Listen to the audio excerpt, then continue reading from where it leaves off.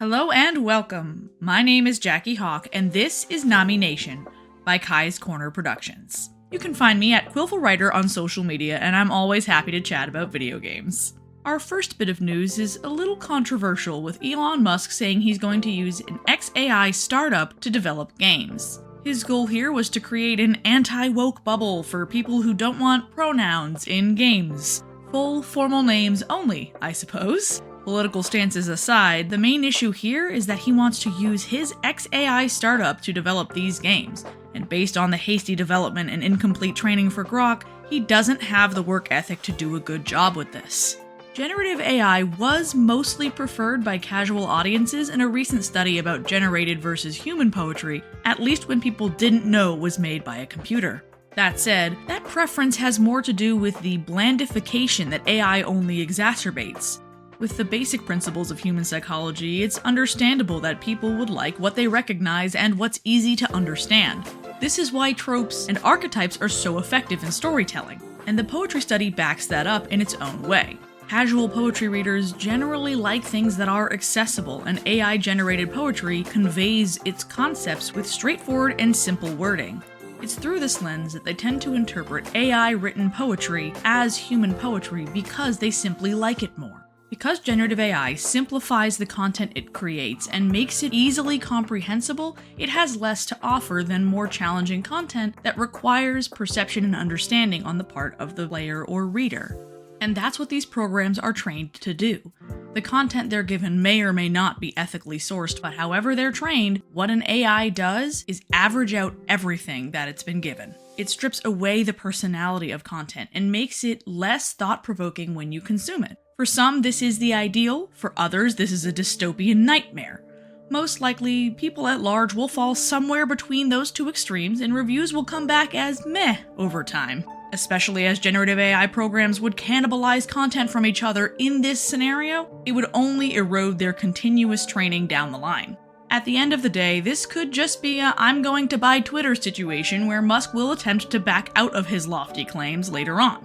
We simply don't know what could happen until he makes a decision and actually stands by it. Not to mention, with generative AI businesses like OpenAI being sued by several media companies, or ending up in court for privacy policy violations, it's too hard to say how this could go. While we're talking about new games to come, the Phantom video game is available for pre-order. This is a beat-em-up arcade-style game set to release in 2025.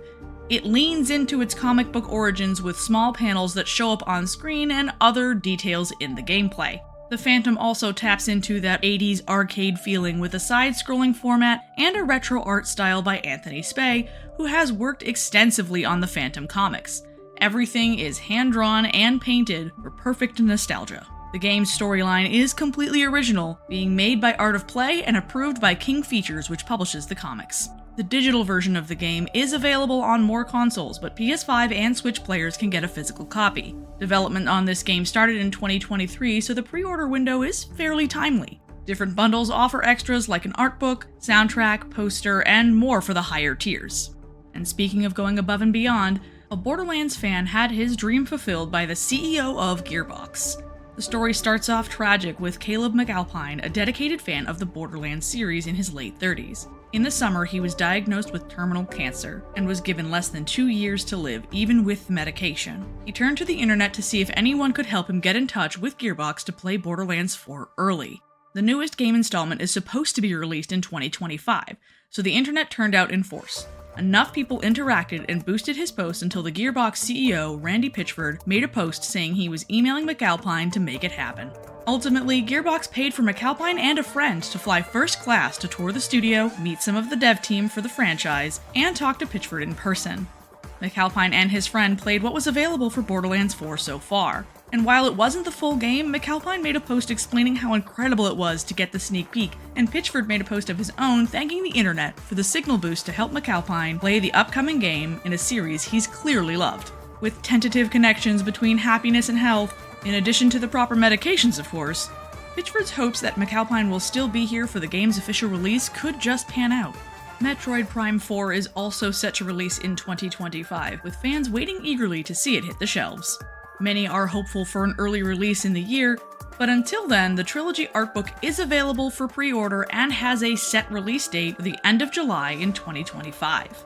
The game itself can only be wishlisted for now, and the Nintendo website says it will be on the Switch, with no word about the successor to that system just yet. Considering the Nintendo Switch 2, or whatever it will end up being titled, is backwards compatible, it should still work with this game.